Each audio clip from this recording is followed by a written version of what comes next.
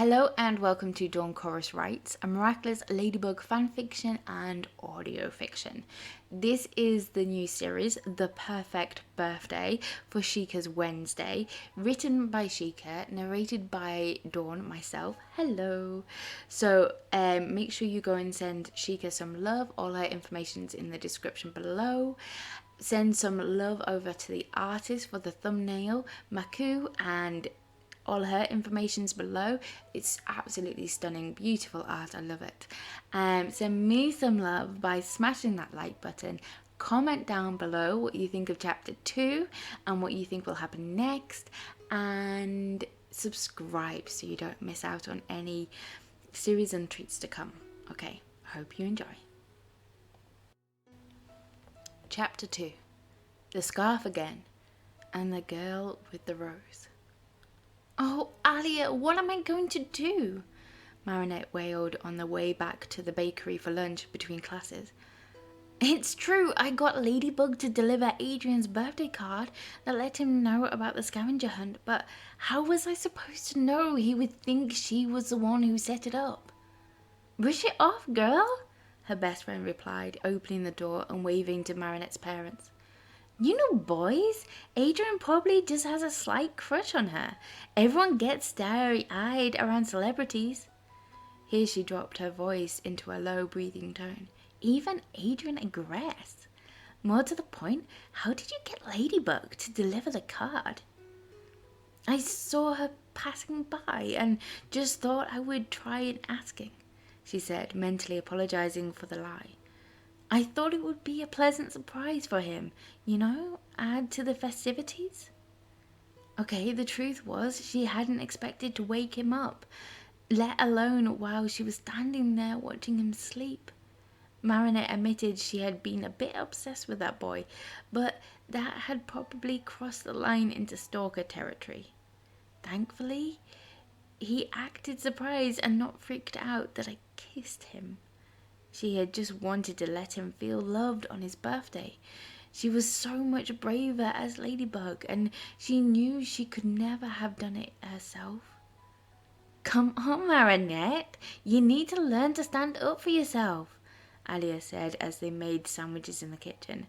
You have to let him know that you planned all this for him. Otherwise, it will be the scarf all over again. I never understood why you didn't clear that up anyway.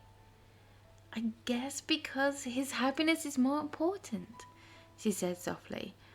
He just seems so lonely and isolated, you know? And the look on his face when he thought his father had given it to him, that scarf. She sighed and took a bite so she wouldn't have to answer. That's true, Alia said. Adrien is our sunshine boy. It takes so little to make him happy, but don't you think it would mean a lot to him to know that you love him? Think how happy that would make him. She nudged her with her elbow. I told you, Alia, he said he was in love with another girl. Maybe if he really saw me, then things might be different, but I don't know if it would change anything. She sniffed, remembering that awkward day at the museum and the ride home when he had told her the girl he was in love with didn't like his jokes. Well, we'll see after today, Alia said with a knowing smirk. Marinette's phone buzzed and she read a text message from Nathaniel. Hey, looks like the guys have all the snacks ready and sorted at the school. Great! Me and the girls have the decorations in the art room along with the banner you made. Are you ready to spend the afternoon with the love of your life? Marinette blushed and jabbed her friend with her elbow. Yes, but I know Nino and Kim were taking bets at how long I could keep Adrien busy without being able to talk to him. Alia rolled her eyes. Remind me to dope slap that boyfriend of mine. After they were done, they headed back to school, checking in with their friends to make sure everything was ready. As soon as the school was over, Operation Birthday Boy would begin. Adrien had sailed through the day in a rosy cloud of anticipation. What did Ladybug have planned for him? Would she meet him outside of the school when class was over? Would this be like a date? He felt his heart spasm in his chest at the possibility, and the wonderful nervous thought occurred to him. She had already told Cat Noir that she was in love with another boy. What if that other boy was him? Him as Adrien? He practically strangled himself whilst trying not to squeal with excitement. The last class of the day was dismissed, and he gathered his things together to go. He looked over his shoulder at Marinette, who moved faster than he'd ever seen her. Her hands were a blur as she dumped everything into her backpack and flew out the door and down the steps as if her feet had wings. He was worried about her going so fast, especially down the stairs, so he followed her. But for once, she didn't need him to rescue her for her own clumsiness. She was down the stairs and exiting the courtyard before he could catch up with her. Maybe she is embarrassed about this morning, he thought, blushing a bit himself at the memory. I wonder why that felt so familiar. As he watched Marinette go down the steps, he saw his bodyguard waiting outside the car, as if he was going to hold the door open for him. Strange. That isn't how they normally did things. He was just about to say goodbye to Marinette when he saw her wave at the man and give him a thumbs up. More than that, his bodyguard smiled slightly and gave her a mock salute with 2 fingers. What was that about? He didn't even know the man knew how to smile. Adrien had just always imagined that his face would crack in half if he ever tried it. Boy, today was full of surprises. Not only was Ladybug taking a personal interest in his civilian identity, but now Marinette had struck up some sort of friendship with his bodyguard of all people. Come to think of it, he shouldn't be surprised. The man must be lonely, taking care of a boy who was young enough to be his son day in, day out, without days off. It would make sense that a sweet girl like Marinette would see that and try to make a friend of his. By the time his thoughts had stilled around this new information, he was at the bottom of the steps and Marinette had disappeared. His bodyguard opened the door with one hand and held a small envelope out with the other. Confused, Adrien took it and turned it over, saw the message written there. If you're reading this, then the way is made clear. It was not the same handwriting as the other, having been scribbled in print pretty quickly. He looked at it, confused for a moment. Glancing up at his bodyguard, he saw the man gesture him into the car and a gentle smile still on his face. He opened the envelope and slid onto the seat. Inside was an identical card to the one from this morning, and it had another poem written in it. For the first clue you must go, before 3 o'clock, and meet the girl with the rose, at the place love is locked. He glanced up to find his bodyguard staring at him in the rearview mirror. A friend has set up a surprise for my birthday, he whispered. Is it okay if we go? The man smiled at him and nodded. Adrien sighed in relief and smiled back. Then take me to the lock bridge, please. It took a few minutes to get there, and the place was crowded with couples and tourists. Adrien got out of his car and looked around. His watch said 2:50, so he was there on time. The note had said to meet the girl with the rose on the lock bridge. But which girl? His heart raced at the possibilities. Was he about to meet Ladybug? Or maybe even Ladybug's secret identity? As much as his blood pounded through his veins and his skin tingled at the prospect, why would she reveal herself to a civilian and not her partner? The simple answer is that she wouldn't, he thought, trying to shake off the feeling that thought had caused. He walked along the bridge, scanning the crowd for any sign of a rose, and then he saw it.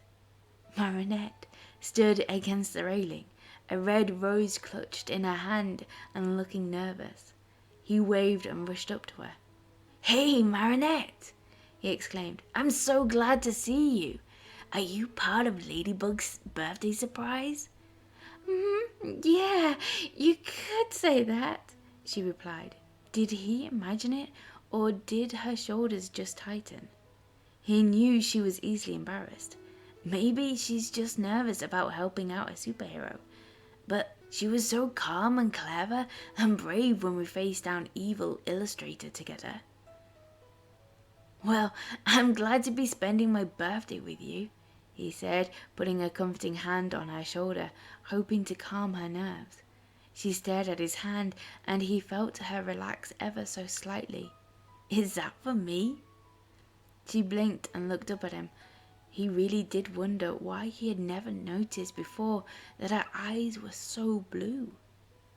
Is what for you? The rose. Oh, yeah, here, sorry, she squeaked, thrusting the rose and another envelope at him. He winked at her and tore open the envelope. This one was written in a different and yet familiar handwriting. The next clue lies where you both pull pranks, with nothing but pain for your only thanks. Adrien glanced up at Marinette and blushed slightly when he saw her leaning over his shoulder to read the card. She glanced up into his eyes and blushed too. He would rather forget about the day he had tried to pull a prank on her to make her laugh, and it backfired when she pulled a prank on him in return and nearly kissed him. But when it came to things seemed to be okay again afterwards, until I told her I was bad at pranks and jokes. I mean, Ladybug doesn't like them that much either, but Marinette couldn't know that I'm gâte noir. Was the card talking about him and Marinette? But how would Ladybug have known that? True, she had shown up moments afterwards to fight Puppeteer. Did she work at the museum? Had she seen their disastrous pranks? Marinette groaned quietly beside him, and when he looked down at her, he saw her entire face turned red. He thought he heard her mutter, "Sugar and cookies? Alia, I'm gonna get you for this." So Alia had written the note. She was Marinette's best friend and would, of course, have known about the pranks and their outcome. He glanced at her and then at the card in his hand. With nothing but pain? Sure, he had been painfully embarrassed by what happened, and she had been too, but that was a temporary thing. At least it was for him. Had he hurt Marinette yet again, somehow that day without realizing it? Adrien laughed nervously, conscious of the blush spreading up his neck to his ears. So, to the wax museum then? He gathered the rose and card into one hand and held out his other to her. She glanced at it and then gingerly took it with a small smile. "Come on, let's go!" He led her back to the car, leaving unpleasant thoughts behind, excited at the thought of spending his birthday surprise with her.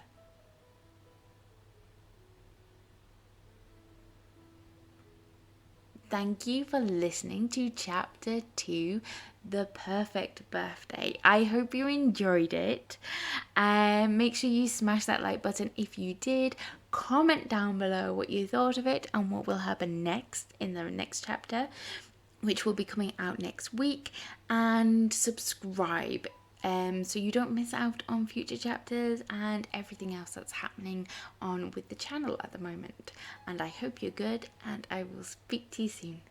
Bye.